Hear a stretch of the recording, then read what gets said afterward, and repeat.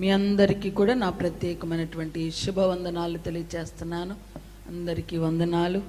బాగున్నారు అందరూ కూడా? దేవుని కృప చేత మనందరం క్షేమంగా ఉన్నాం. మరలా ఈ చక్కని సమయంలో మనం కలుసుకుని దేవుని సన్నిధిలో ఆనందించడానికి చక్కని సమయం దేవుడు మనకి ఇచ్చారు. అందుని బట్టి దేవునికే మహిమ కలుగును గాక. ఆమేన్. మరి కొద్ది సమయము దేవుని యొక్క వాక్యాన్ని కూడా మనం నేర్చుకుందాం. ఈరోజు మనము నేర్చుకోబోతున్న మరొక స్త్రీ గురించి నేర్చుకోబోతున్నాం. ఆ స్త్రీ ఎవరంటే మోసగత్తె అయిన స్త్రీ. ఎవరండి? మోసగత్తె అయిన స్త్రీ. స్త్రీలకి చాలా పేర్లు ఉన్నాయి బైబిల్ గ్రంథంలో. ఒక్కొక్క దాన్ని మనము నేర్చుకుంటా వస్తున్నాం. అటు మంచి క్వాలిటీస్ ఉన్నవాళ్ళు ఉన్నారు, చెడ్డ క్వాలిటీస్ ఉన్నవారు కూడా ఉన్నారు. సామెతల గ్రంథంలో చాలామంది స్త్రీలు మనకి కనిపిస్తూ ఉంటారు. గయ్యాళి అని, రకరకాలైన స్త్రీల గురించి మనం వింటూ ఉన్నాం. జార స్త్రీ అని, పరస్త్రీ అని, చెడు స్త్రీ అని, కపటము కలిగిన స్త్రీ అని, వివేకము లేని సుందర స్త్రీ అని, సిగ్గు తెచ్చే స్త్రీ అని, మూడురాలైన స్త్రీ, జగడగొండి అయిన స్త్రీ, వేసి అయిన స్త్రీ, గయ్యాళి అయిన స్త్రీ, జారిణి అయిన స్త్రీ, కంటకురాలైన స్త్రీ, వీళ్ళందరూ కూడా బ్యాడ్ క్వాలిటీస్ అనమాట. ఇంకా మంచి వాళ్ళు ఎవరంటే జ్ఞానవంతురాలైన స్త్రీ, నెనరు గల స్త్రీ, యోగ్యురాలైన స్త్రీ, సుబుద్ధి కలిగిన స్త్రీ, గుణవతి అయిన స్త్రీ, భయభక్తులు కలిగిన స్త్రీ. ఇలా బైబిల్ గ్రంథంలో కొంతమంది స్త్రీలు మనకి కనిపిస్తూ ఉంటారు. ఈరోజు మనం నేర్చుకునే స్త్రీ ఎవరంటే మోసగత్తె అయిన స్త్రీ.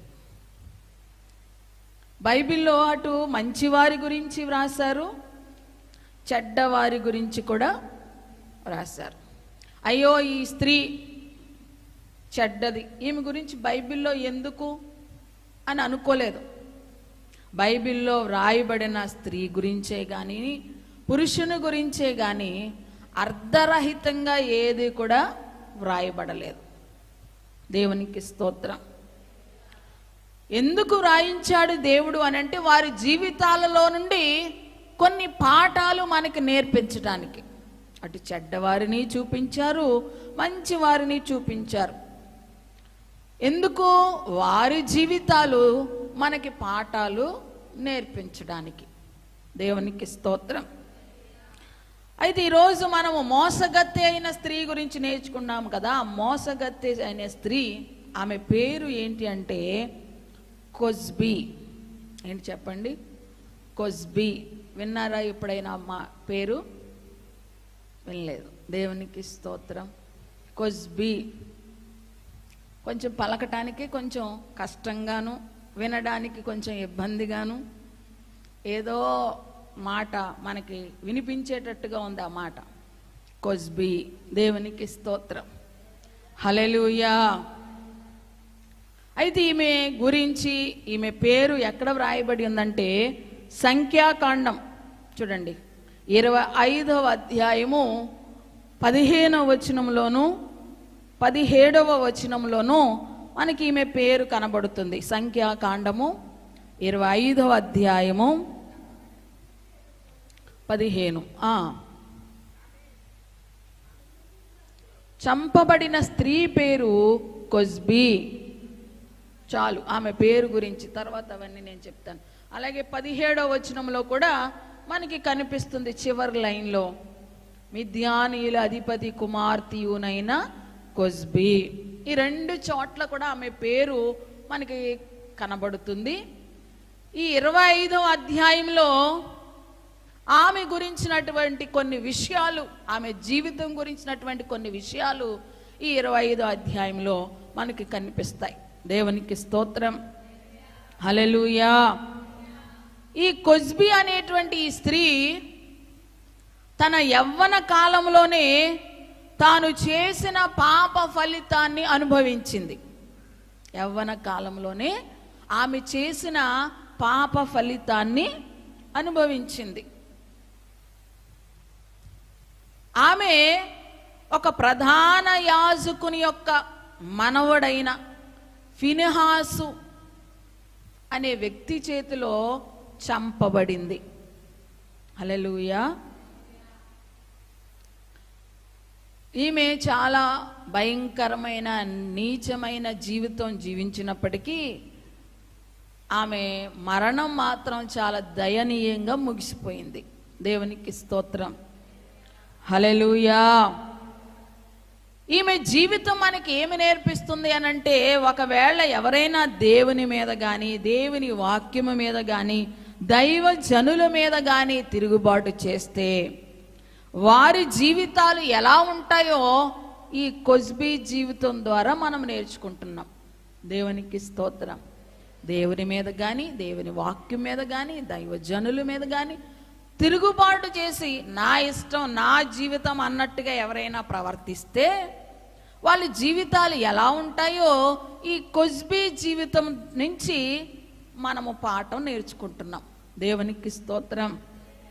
హల్లెలూయా.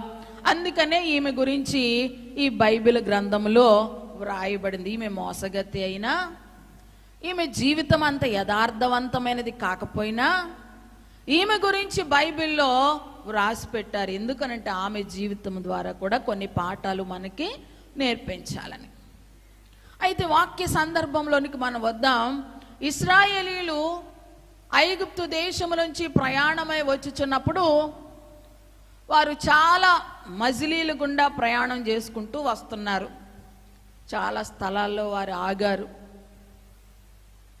వారికి ముందు మేఘ స్తంభము నడిచేది. మేఘము కదిలి వెళుతున్నప్పుడల్లా వారు ప్రయాణము సాగించాలి. మేఘం ఆగిపోతే ఇక వారు అక్కడ ఆగిపోయి గుడారాలు వేసుకుని అక్కడే ఉండాలని అర్థం.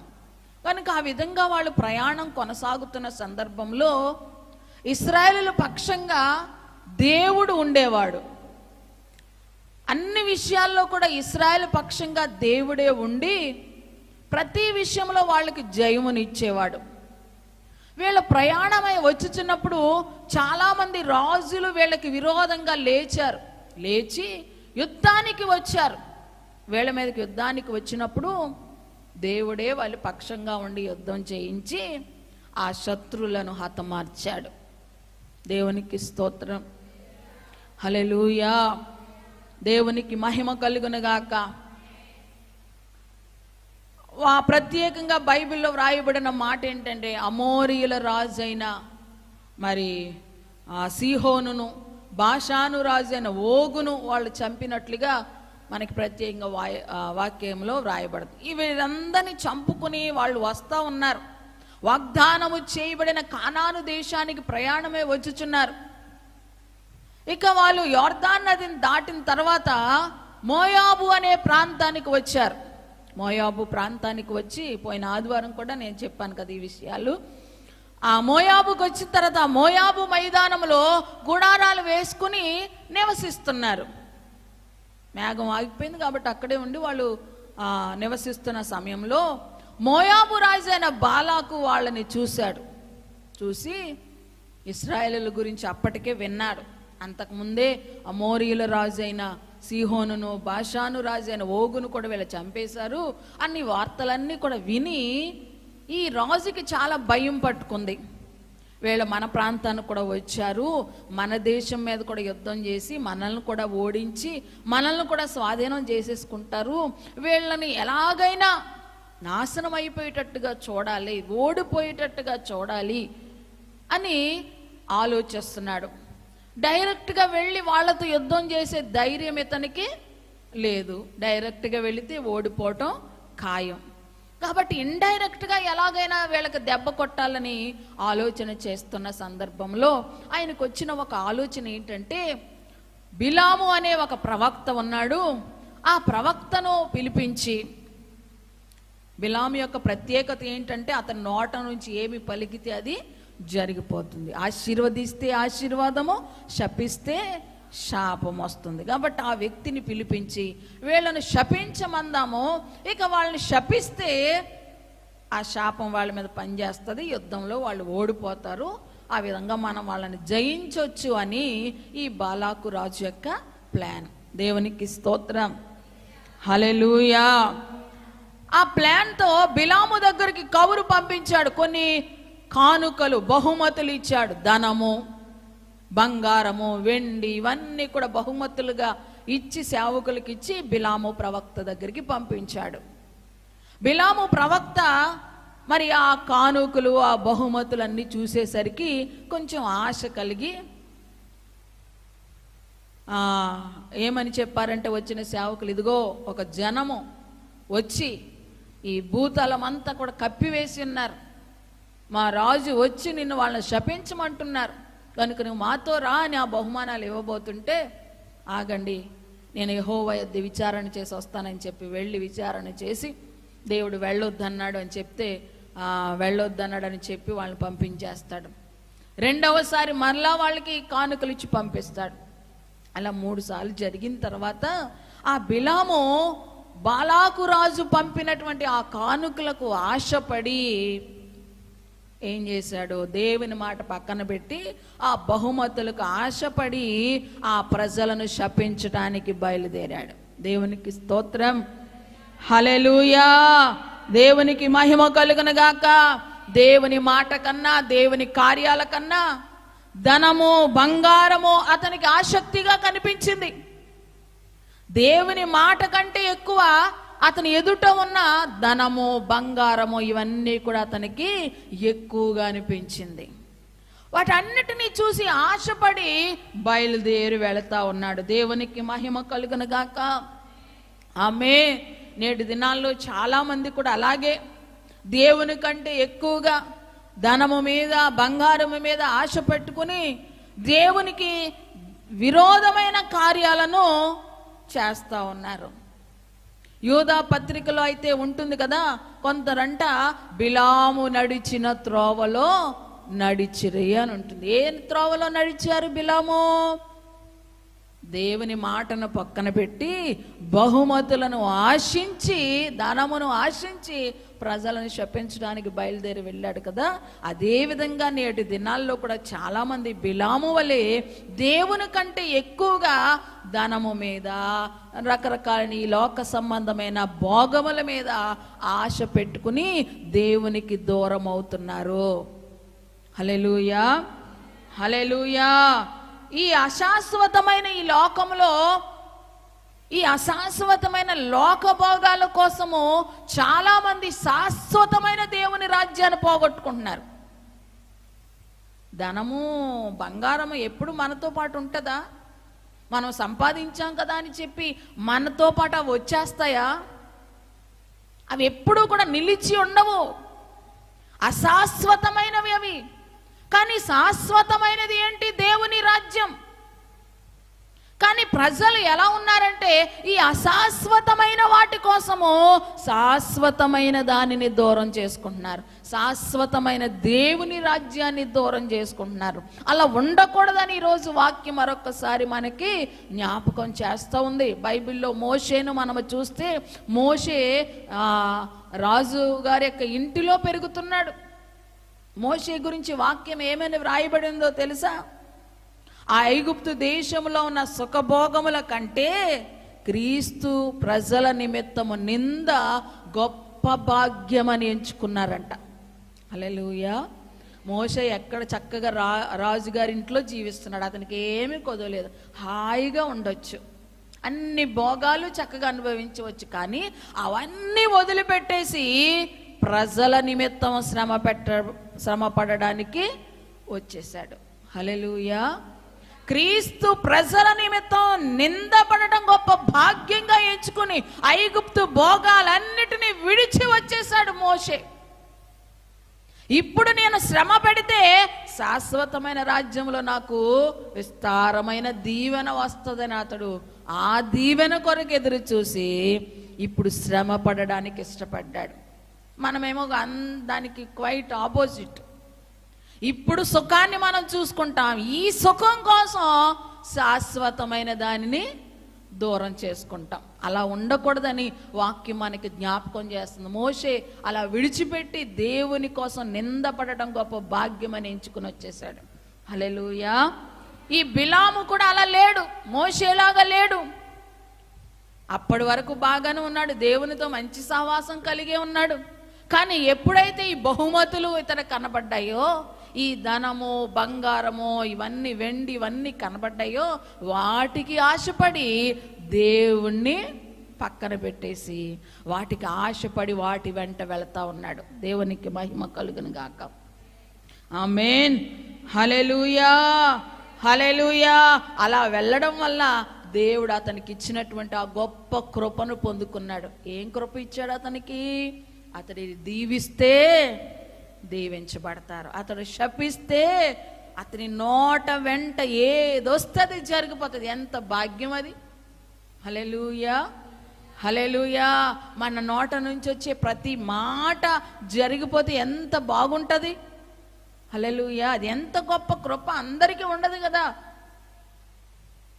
బిలాముకి ఇచ్చాడు దేవుడు ఆ కృప. కానీ ఆ కృపను కాల్దనుకుని దాన్ని వదిలేసుకుని ఆ భోగాల కోసం, ఆ బహుమతుల కోసం వాటి వెంట పరుగులెట్టాడు. బిలాము వలె మనం ఉండకూడదని వాక్యం మనకి మరొక్కసారి జ్ఞాపకం చేస్తుంది. దేవునికి స్తోత్రం. హల్లెలూయా. తీరా అవన్నీ ఆశపడి వెళ్ళాడు. శపించడానికి నిలబడిన ప్రతిసారి కూడా అతని నోట నుండి ఏమొచ్చింది? ఆశీర్వాదమే వచ్చింది. ముమ్మారు కూడా ఆ ప్రజలను దీవించేశాడు. బాలాకు రాజు అంటాడు, బిలాము ఎందుకు పిలిచానయ్యా నిన్ను? శపించడానికి కదా పిలిచాను, నీ వచ్చేంటి వీళ్ళని ముమ్మారు దీవించేశావంటే. అతను అంటాడు, ఇక నా వలన ఏమీ కాదు, దేవుడు వాళ్ళని దీవించాడు. ఆయన నా నోట నుంచవలసింది నేను పలకడం తప్ప నా వలన ఏముంది, కాబట్టి నేనేమీ చేయలేను. ఇంకా ఆయన వారిని పూర్తిగా దీవించేశాడు. దేవునికి స్తోత్రం. హల్లెలూయా, హల్లెలూయా. శపించడానికి తీసుకొచ్చాడు, ఇతడేమో దీవించాడు. ఇక ఆ ప్రజలను ఓడించడం ఈ బాలాకు రాజు వల్ల కాదు. ఇప్పుడు బిలామును అడుగుతున్నారు, ఇది ఎలాగో నువ్వు చేయలేదు కదా, ఎలాగైనా నాకు ఒక మంచి ఆలోచన, ఈ ప్రజలను నేను ఎలాగైనా ఓడించాలి అని అంటే, బిలాము ఇప్పుడు ఒక చెడ్డ సలహా బాలాకు రాజుకి ఇస్తాడు. ఆ సలహా ఏంటంటే, ఇక్కడి నుంచి మన వాక్యము ప్రారంభమవుతుంది. దేవునికి స్తోత్రం. ఆ చెడ్డ సలహా ఏంటో తెలుసా? నువ్వేం చేస్తావంటే, మీ మోయాబీలలో మీ దేశంలో ఉన్న కొంతమంది యవన స్త్రీలు ఉంటారు కదా, ఆ యవన స్త్రీలను ఇశ్రాయేలుల మధ్యలోనికి పంపించండి. ఎక్కడికి పంపించమన్నాడు? ఇశ్రాయేలీయులు ఎక్కడున్నారు? మోయాబు మైదానంలో గుడారాలు వేసుకుని ఉంటున్నారు కదా, వాళ్ళ యొద్దకు ఈ యవ్వన స్త్రీలను పంపించండి. మోయాబీలు శపించబడిన ప్రజలు కదా, ఆ స్త్రీలను వాళ్ళ దగ్గరకు పంపించు. ఈ మోయాబీలతో ఇంకొక ప్రజలు కూడా కలిశారు. వాళ్ళు ఎవరంటే మిద్యానీయులు. ఎవరు చెప్పండి? మిద్యానీయులు. వీళ్ళిద్దరూ కలిసి ఆలోచన చేసి ఆ మోయాబులో ఉన్న యవన స్త్రీలను, మిద్యానీయులలో ఉన్న యవన స్త్రీలను ఎక్కడికి పంపించారంటే ఇశ్రాయేలు మధ్యలోనికి పంపించారు. నువ్వు అలా పంపించు. అప్పుడు ఇశ్రాయేలీయులు ఏం చేస్తారు? ఆ ప్రజలతో పాపం చేస్తారు, వ్యభిచరిస్తారు. ఎప్పుడైతే వ్యభిచారం అంటే దేవునికి ఇష్టం కాదు, వీళ్ళు వ్యభిచరిస్తారో, వచ్చిన స్త్రీలు వాళ్ళతో వ్యభిచరించడం మాత్రమే కాకుండా వాళ్ళు విగ్రహారాధన చేసేటట్టుగా కూడా ప్రేరేపించమని చెప్పు అని చెప్పి పంపించి వాళ్ళని వ్యభిచరించేటట్లుగా చేసి వాళ్ళని విగ్రహారాధన చేసేటట్లుగా చేస్తే, దేవునికి వ్యభిచారము విగ్రహారాధన ఇష్టం కాదు కాబట్టి ఖచ్చితంగా దేవుని కోపం ఆ ప్రజల మీదకి వస్తుంది. హల్లెలూయా, హల్లెలూయా. ఇప్పుడు దేవుని కోపం వచ్చింది అనుకోండి, దేవుడే వాళ్ళని శిక్షిస్తాడు. మన చేతికి దుమ్ము అంటుకోదు, మన చేతికి మట్టి అంటుకోదు. ఆ ప్రజలు దేవుని చేతిలోనే చేస్తారు. హల్లెలూయా, హల్లెలూయా. ఇటువంటి ఒక పాడు చెడ్డ సలహా ఈ యొక్క ప్రవక్త బాలాకు రాజుకి తెలియజేశాడు. దేవునికి స్తోత్రం. హల్లెలూయా. దేవుని ప్రవక్తలు, దైవజనులు ఇటువంటి చెడు సలహాలు ఇవ్వచ్చా? దేవుని ప్రజలకు విరోధంగా దేవునికి కోపం పుట్టించేటువంటి సలహాలు ఇవ్వచ్చా అంటే ఎంత మాత్రం కూడా ఇవ్వకూడదు. కానీ బిలాము ప్రవక్త ఆ సలహా ఇవ్వడం వలన బాలాకు దాన్ని ఖచ్చితంగా ఫాలో అయ్యాడు. ఆ ప్రకారంగా వెళ్ళి తన ప్రజలలో మోయాబీలలో ఉన్న యవన స్త్రీలను, మిద్యానీల్లో ఉన్న యవన స్త్రీలను ఆ ప్రజల మధ్యకి పంపించారు. పోనీ ఈ ప్రజలు వచ్చినప్పుడు, ఈ స్త్రీలు వచ్చినప్పుడు ఇశ్రాయేలీలు ఎలా ఉండాలి? అయ్యో వీరు అన్య స్త్రీలు, వీళ్ళతో మనము పాపం చేస్తే, వీళ్ళతో మనము కలిస్తే దేవుని కోపం వస్తుంది అన్న గ్రహింపు వాళ్ళకు ఉండాలి కదా. హల్లెలూయా. కానీ ఇశ్రాయేలీలు వాళ్ళు కొంచెం కళ్ళు నెత్తుకొచ్చినట్లుగా చేసి ఏం చేశారు? వాళ్ళు ఆ వచ్చిన స్త్రీలతో వ్యభిచరించారు. హల్లెలూయా. ఎవరు ఇష్టం వచ్చినట్టుగా వాళ్ళు ఆ స్త్రీలతో జీవిస్తూ ఉన్నప్పుడు, వ్యభిచరిస్తూ ఉన్నప్పుడు ఆ వాక్యం ప్రారంభంలో ఉంటుంది కదా, యెహోవా కోపము వారి మీద రగులు కొనెను. హల్లెలూయా. ఇందాక చెప్పాను కదా, దేవునికి వ్యభిచారం అన్నా విగ్రహారాధనైనా ఇష్టం కాదు.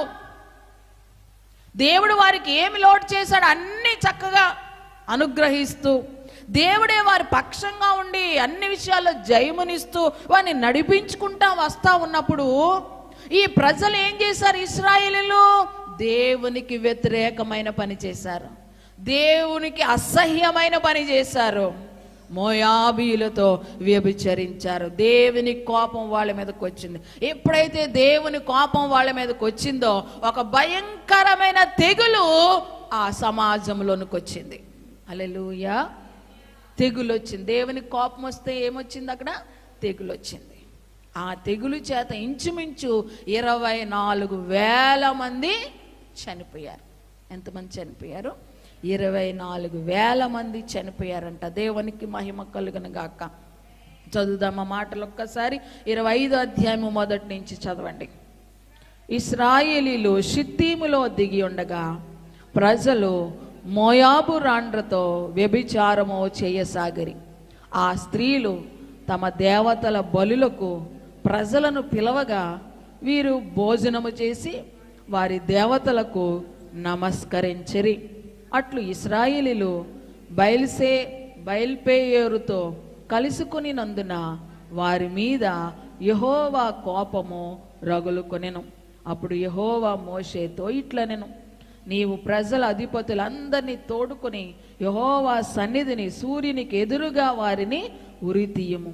అప్పుడు యెహోవా కోపాగ్ని ఇశ్రాయేలీయుల మీద నుండి తొలగిపోనని చెప్పాను. కాబట్టి మోషే ఇశ్రాయేలీయుల న్యాయాధిపతులను పిలిపించి, మీలో ప్రతివాడును బయల్పేయోరుతో కలుసుకొనిన తన వశములోని వారిని చంపవలని చెప్పాను. ఇదిగో మోషే కన్నుల ఎదుటను ప్రత్యక్షపు గుడారం యొక్క ద్వారమునొద్ద ఏడ్చుచుండిన ఇశ్రాయేలు సమాజం యొక్క సర్వ సమాజం యొక్క కన్నుల ఎదుటను ఇశ్రాయేలులో ఒకడు తన సహోదరుల యొద్దకు ఒక మిద్యాను స్త్రీని తోడుకొని వచ్చెను. హల్లెలూయా. దేవునికి మహిమ కలుగునుగాక.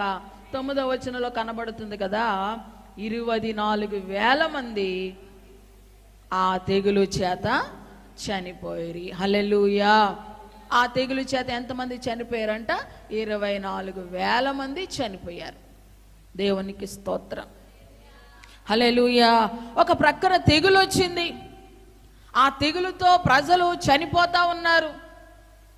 మోషే ఏమో ప్రజలందరినీ హెచ్చరిస్తూ ఉన్నాడు, అయ్యో మీరు పాపం చేయొద్దు, పాపం మానండి, దేవునికి భయపడండి, మీ పాపాలని విడిచిపెట్టండి అని మోషే మరో ప్రక్కన హెచ్చరిస్తూ ఉన్నాడు. ఇలా హెచ్చరిస్తూ ఉన్నా అనేక మంది ఒక ప్రక్కన చచ్చిపోతూ ఉన్నా ఇవేమీ పట్టించుకోకుండా ఒక వ్యక్తి ఏం చేశాడంట? అక్కడ మనం చదువుకున్నాం కదా 6వ వచనంలో, ఒకడు ఇశ్రాయేలీలో ఒకడు తన సహోదరుల యొద్దకు ఒక మిద్యాను స్త్రీని తోడుకొని వచ్చెను. దేవునికి స్తోత్రం. అలా ఆ స్త్రీని తోడుకొని వచ్చి ఆ స్త్రీతో పాపం చేస్తూ ఉన్నప్పుడు మోషే ఇంత హెచ్చరిస్తా ఉన్నా అసలు ఏమాత్రం భయం లేకుండా ఆ వ్యక్తి ఈ మిద్యాను స్త్రీని తీసుకొచ్చి ఆమెతో పాపం చేస్తూ ఉన్నప్పుడు ఇది ఫినిహాసు అనే వ్యక్తి చూశాడు. ఫినిహాసు ఎవరు అని అంటే అహరోను గారి యొక్క మనవడు, అహరోను కుమారుడు ఎలియాజరు, ఎలియాజరు యొక్క కుమారుడు ఫినిహాసు. ఇతడు దాన్ని చూసి తట్టుకోలేక మోషే ఇంతగా హెచ్చరిస్తా ఉన్నా అసలు ఏమాత్రం భయం లేకుండా వీళ్ళు ఇలా విచ్చలవిడిగా ప్రవర్తిస్తున్నారేంటి అని చెప్పి అతడు ఏం చేశాడంటే ఒక ఈట చేత పట్టుకుని వెళ్ళి వారిద్దరిని కలిసి పొడిచి చంపేశాడు. ఆమె మీద గుచ్చితే అది ఆ వ్యక్తి మీద కూడా వెళ్ళి ఇద్దరు కూడా దాన్ని ఏమన్నాను ఈటలో చిక్కుకుని ఇద్దరు కూడా చనిపోయారు. ఫినిహాసు వాళ్ళని చంపేశాడు. వాళ్ళిద్దరిని చంపిన తర్వాత తెగులు ఆగిపోయింది అని అక్కడ మనకి కనిపిస్తుంది. దేవునికి స్తోత్రం, హల్లెలూయా. దేవునికి మహిమ కలుగును గాక. రెండు చేతులు పైకెత్తి స్తోత్రములు చెప్దాం. హల్లెలూయా, హల్లెలూయా. ఇక్కడ ఈ 6వ వచనంలో అయితే వారి పేర్లు వ్రాయబడలేదు. ఇశ్రాయేలు నుంచి ఒకడు అని ఉంది, మిద్యాను స్త్రీ అని ఉంది. వారి పేర్లు మనకి ఎక్కడ కనిపిస్తున్నాయి అంటే కింద మనం ఇందాక చదువుకున్నాం కదా, 14, 15 వచనాల్లో మనకి కనిపిస్తుంది. ఆ ఇశ్రాయేలులో ఒకడు ఎవరనంట, చంపబడిన వాని పేరు జిమ్రీ. అతడు ఎవరంట, జిమ్రీ. అతడు షిమ్యోనీలలో తన పితరుల కుటుంబమునకు ప్రధాని అయిన సాలు కుమారుడు. ఇశ్రాయేలు 12 గోత్రాలు ఉంటే ఆ గోత్రాల్లో ఒక గోత్రమైన షిమ్యోను గోత్రానికి చెందిన పెద్దలలో ఒక ప్రధాని అయిన సాలు యొక్క కుమారుడంట ఈ జిమ్రీ. రెండవది చంపబడిన స్త్రీ ఎవరు, ఆమె పేరేం పేరంట, కొజ్బీ. ఈమె ఎవరు, ఆమె కూడా ఒక ప్రధాన అధిపతి యొక్క కుమార్తె అని అక్కడ మనకి కనబడుతుంది. దేవునికి స్తోత్రం, హల్లెలూయా. అయితే ఇక్కడ మనం గమనించవలసినటువంటి విషయం ఏంటంటే భయంకరమైనటువంటి తెగులు వస్తూ ఉన్నా ఏమాత్రం కూడా వీళ్ళు భయం లేకుండా పాపం చేస్తూ ఉన్నప్పుడు ఫినిహాసు దానిని చూసి వాళ్ళిద్దరిని చంపివేయగానే తెగులు ఆగిపోయింది. దేవునికి స్తోత్రం, హల్లెలూయా. దేవునికి మహిమ కలుగునగాక, ఆమేన్. అయితే ఈరోజు మనము ఈ కొజ్బీ అనేటువంటి స్త్రీ గురించి నేర్చుకోబోతున్నాం. ఎందుకు ఈమె మోసగత్తె అని మనం చెప్పుకుంటున్నాము అనంటే కొజ్బీ అన్న పేరుకే అర్థము మోసము. చెప్పండి, కొజ్బీ అన్న పేరుకి అర్థం ఏంటి, మోసము. దేవునికి స్తోత్రం. ఈమె మరి మోయాబీలు, మిద్యానీయులు ప్రేరేపించగా ఇశ్రాయిలను మోసం చేయడానికి వచ్చి ఆ ప్రజలను పాపం చేయడానికి ప్రేరేపించిన స్త్రీలలో ఒక స్త్రీ ఈమె. దేవునికి స్తోత్రం, హల్లెలూయా. అక్కడికి వచ్చినటువంటి స్త్రీలందరూ కూడా మోసపూరితమైన ఆలోచన చేత వచ్చారు. మంచి బుద్ధితో వాళ్ళు రాళ్ళ, మంచి ఆలోచనతో వారు రాళ్ళ, మోసపూరితమైన ఆలోచనలతో వాళ్ళు వచ్చారు. ఆ ప్రజలను పాపంలో పడేసి వాళ్ళ చేత విగ్రహారాధన చేయించి వారి మీదకు దేవుని కోపం వచ్చే విధంగా వాళ్ళని ప్రేరేపించడానికి ఈ స్త్రీలందరూ కూడా వచ్చినట్లుగా మనము గమనిస్తాం. ఆ విధంగా వాళ్ళని సిద్ధపరిచి పంపించారు. ఎవరు, మోయాబు రాజు, మోయాబు పెద్దలు, మిద్యాను పెద్దలు అందరూ కూడా ఆ విధంగా ప్రేరేపించి ఈ స్త్రీలను అక్కడికి పంపించారు. వాళ్ళు అలాగా ప్రేరేపించారు, వాళ్ళు పాపం చేశారు. దేవుని కోపము ఇశ్రాయేలు మీద రగులుకుంది, తెగులు వచ్చింది, 24,000 మంది చనిపోయారు. చివరికి ఎప్పుడు ఆ తెగులు ఆగిందంటే ఈ జిమ్రీ, కొజ్బీ అనే వ్యక్తులు చంపబడిన తర్వాత పూర్తిగా తెగులు ఆగిపోయింది. దేవునికి స్తోత్రం.